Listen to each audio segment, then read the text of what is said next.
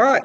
Good morning again. This is a lovely end of March day here in North Georgia, and I am with Labor Commissioner candidate Michi Sanchez this morning.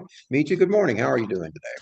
Good morning. I'm wonderful. Thank you so much for having me, for doing this for your members. It's really a great opportunity, and I appreciate you. Thank you. All right. Well, I appreciate you being here. I know you're a busy lady. You got lots of stuff going on here, so we're going to get started with it. You are running, of course, for Georgia Labor Commissioner. Before we get into the particulars of that office and why you're running and all that stuff, I always like to give candidates at the start just a minute or two to introduce yourself as a person. Tell us a little bit about you, your background, your history, your family, whatever you think is relevant. I'm going to turn the screen over to you now so you can do that. Go ahead.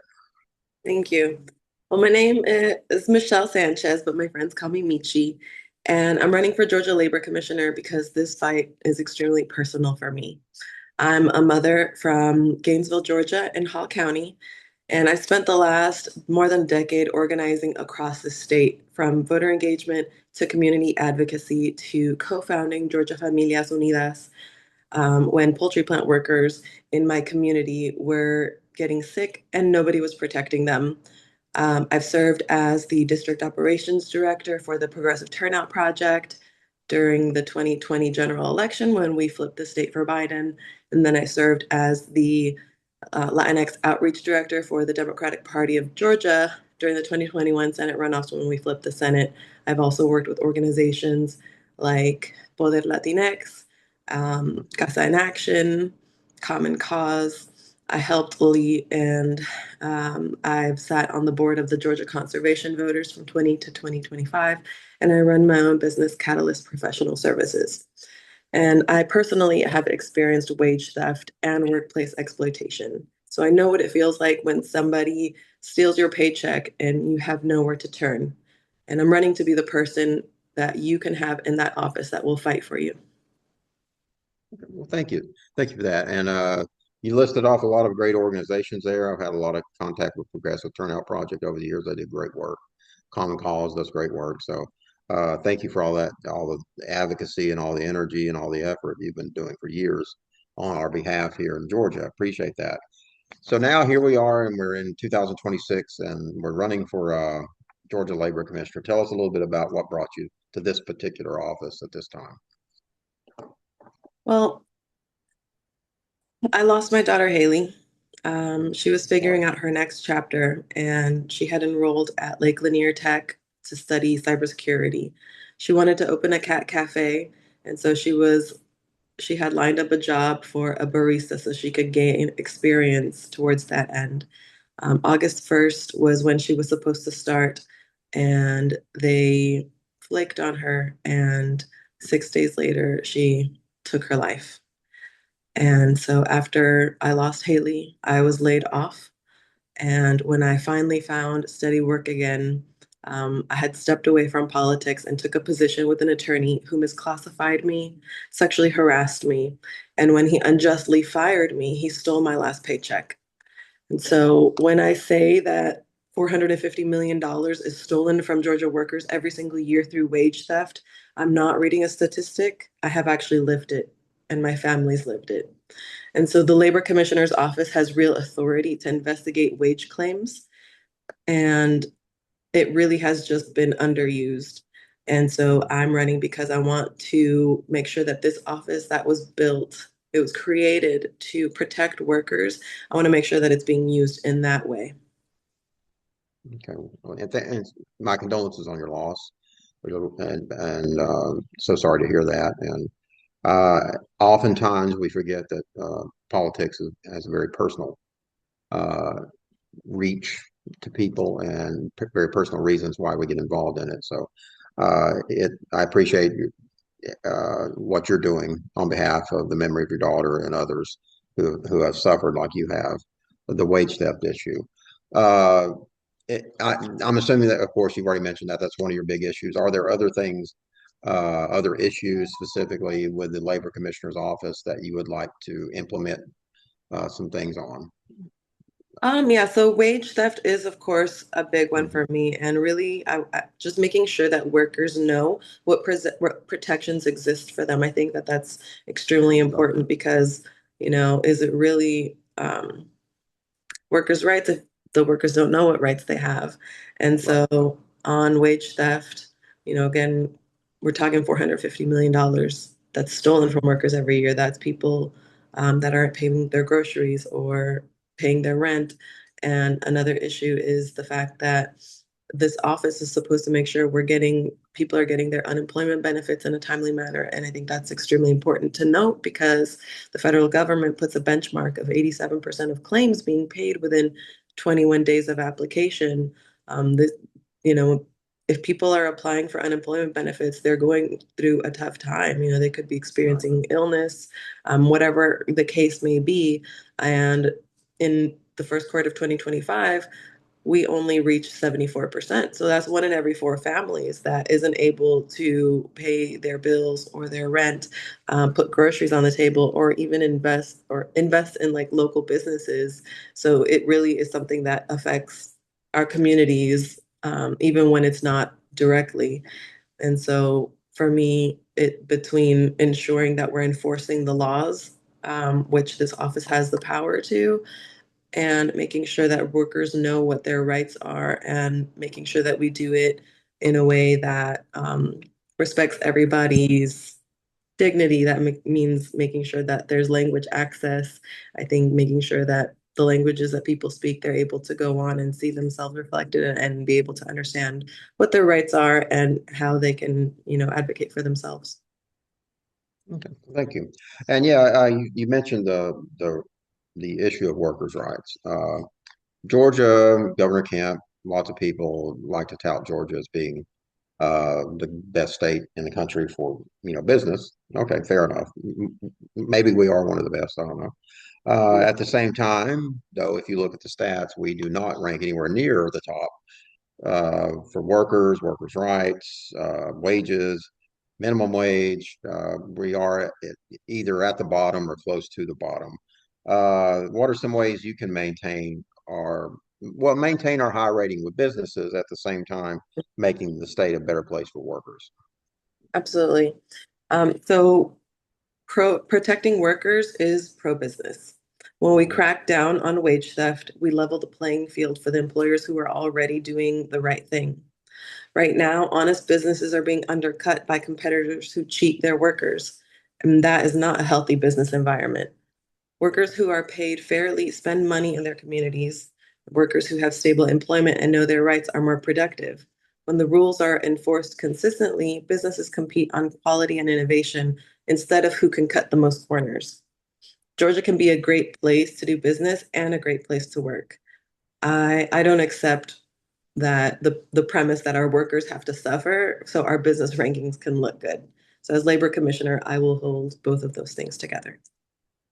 Okay, well, thank you. And I totally agree. We don't have some of the best run businesses there are that I know of are the ones who treat their workers better. I always use Costco versus Walmart as the Exactly. example.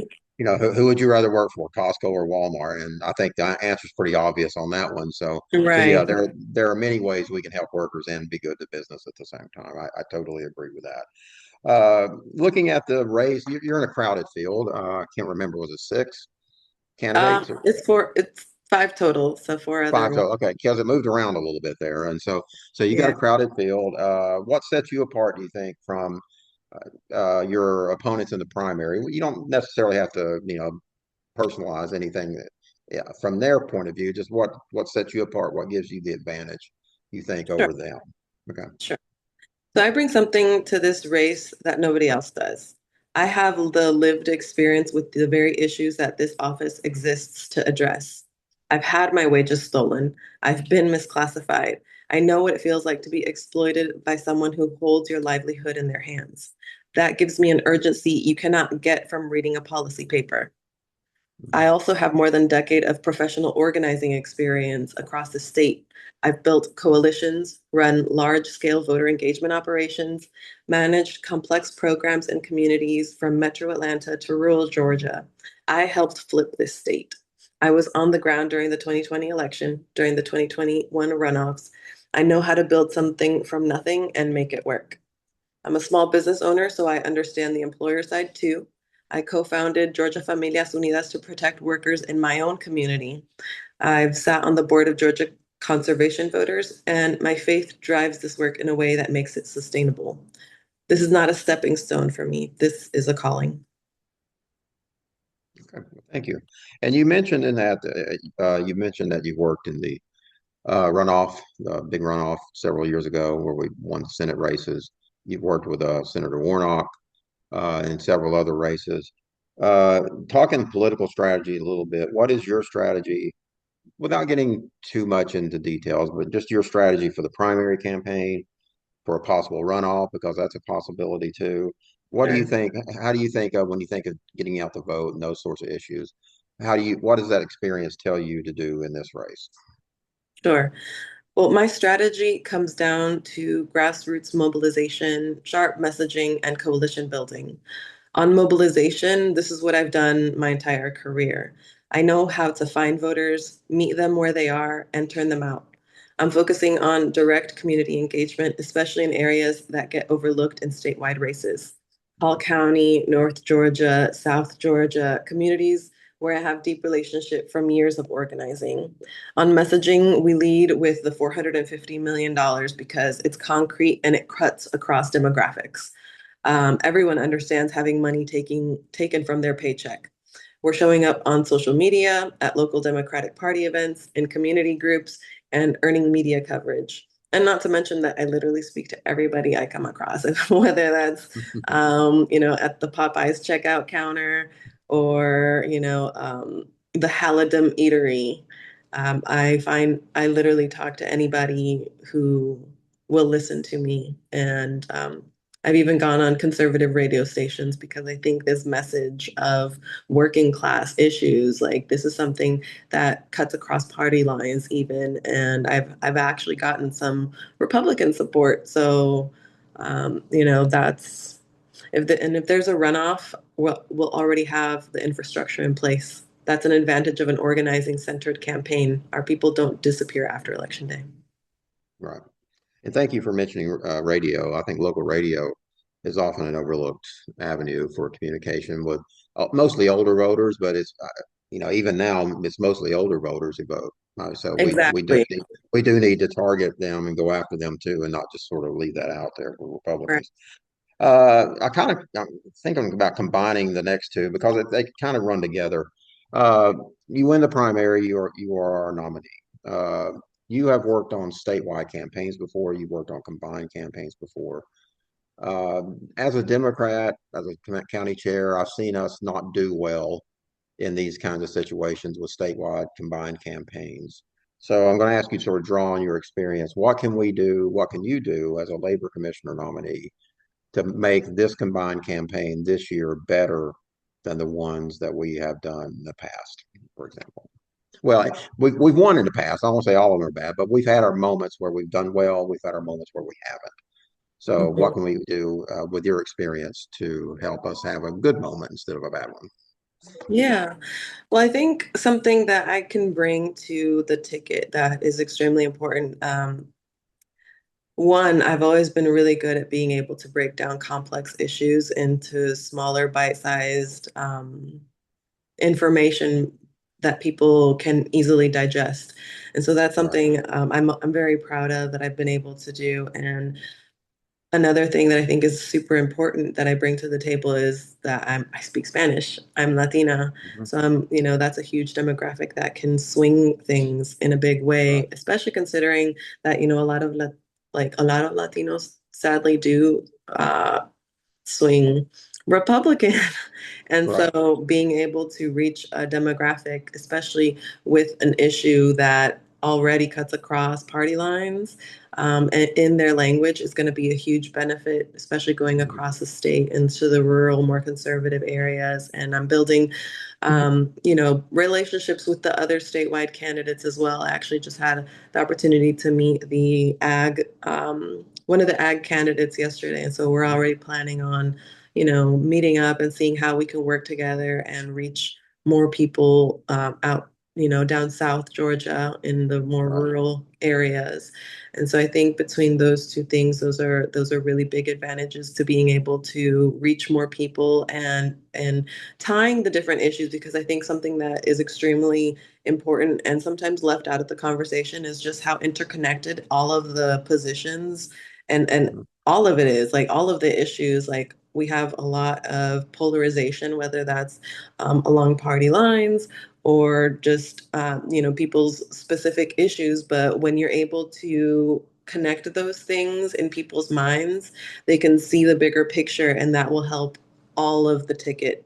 So people can understand that it's not just about the governor's race, that all of these down ballot tickets and all of these down ballot seats are extremely important. Oh, I think we had a brief disconnect there. I'll wait. I'll give Michi just a second to come back on here. And there she is. Okay.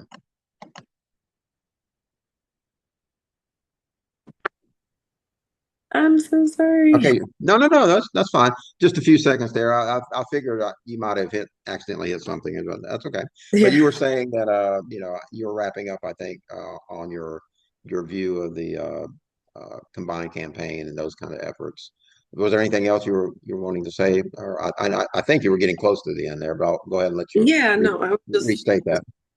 I was just saying that um, I think a lot of the times people like to focus on their one candidate or the one Hmm. race, or their one issue, but being able to connect the dots for people so that they can see how everything is interconnected. I think that's going to be extremely important so that people can understand that they have to be informed and educated on all of the different races to make sure that they're Right, electing the right people, and that it is all interconnected, and we need activation and engagement from people at all levels of the ticket. right. Yeah, you were mentioning the Hispanic population. I know the Whitfield counties for years has been trying to activate the Hispanic population there. It's a very large group, and I think having Spanish-speaking candidates is an enormous benefit toward doing that because the language barrier is real. It's there. It's not just a cultural barrier; it's a language barrier too. So I think that's a very key thing now and in the future for Georgia Democrats to work on. We need to reach out better to Hispanic communities, African American communities, Asian American communities, et cetera. And we have a perfect example up here in North Georgia with Dalton in that regard. So okay, so thank you for all that. We've covered, I think, basically our background or all the questions that we have. Is there anything else that you think of as far as an issue goes, or just a point that you'd like to make before we start summarizing and closing out? I don't You've been think so. pretty thorough. You've been pretty thorough, so I think we probably got everything there. Okay. So what I'd like to do at the end, I tell every candidate this. I give them the opportunity to sort of close out with your I call it your stump speech. Like if you're going to be in front of a crowd just for a minute or two or whatever, give us your closing speech on why we should vote for Michi Sanchez to be our next labor commissioner. Go ahead. Thank you. Um, Georgia workers deserve a labor commissioner who knows what it's like to have your wages stolen, who has felt the pain of watching the system fail the people you love, and who has spent a career fighting for working people. That's me. I'm a mother. I'm a small business owner, an organizer of more than a decade of experience building power in communities across this state. I helped flip Georgia. I co founded an organization to protect workers in my own backyard. And when the system came for me and my family, I decided to fight back by running for the office that has the power to change it. $450 million is stolen from Georgia workers every year, and the people in charge have not treated it like the crisis that it is. I will. Aggressive enforcement, proactive outreach, and a commitment to every worker in the state, no matter where they live, what language they speak, or what industry they work in. I'm asking for your vote because I've spent my life doing this work, and I'm ready to do it from the office that can make the biggest difference. Michi, thank you so much for your time today. It's a beautiful day. I hope you have time to get outside a little bit there. I know I am here in a little while. Again, thank you for your running for office. It's a big undertaking. And I personally always thank every candidate who does this because people just don't realize how much of your time and your effort and your energy has to go into running. A statewide campaign is huge. Yeah. So I appreciate what you're doing. Thank you so much. Thank you so much, Tom. Have a All good day. right. I hope to see you around the next few months on the campaign trail too. Absolutely. I hope so too. I'd love to come out to Dade County in person. All right. Well, All right. we'll get you out here if you can. Come on out. Thank you. Absolutely. All right. Thank you.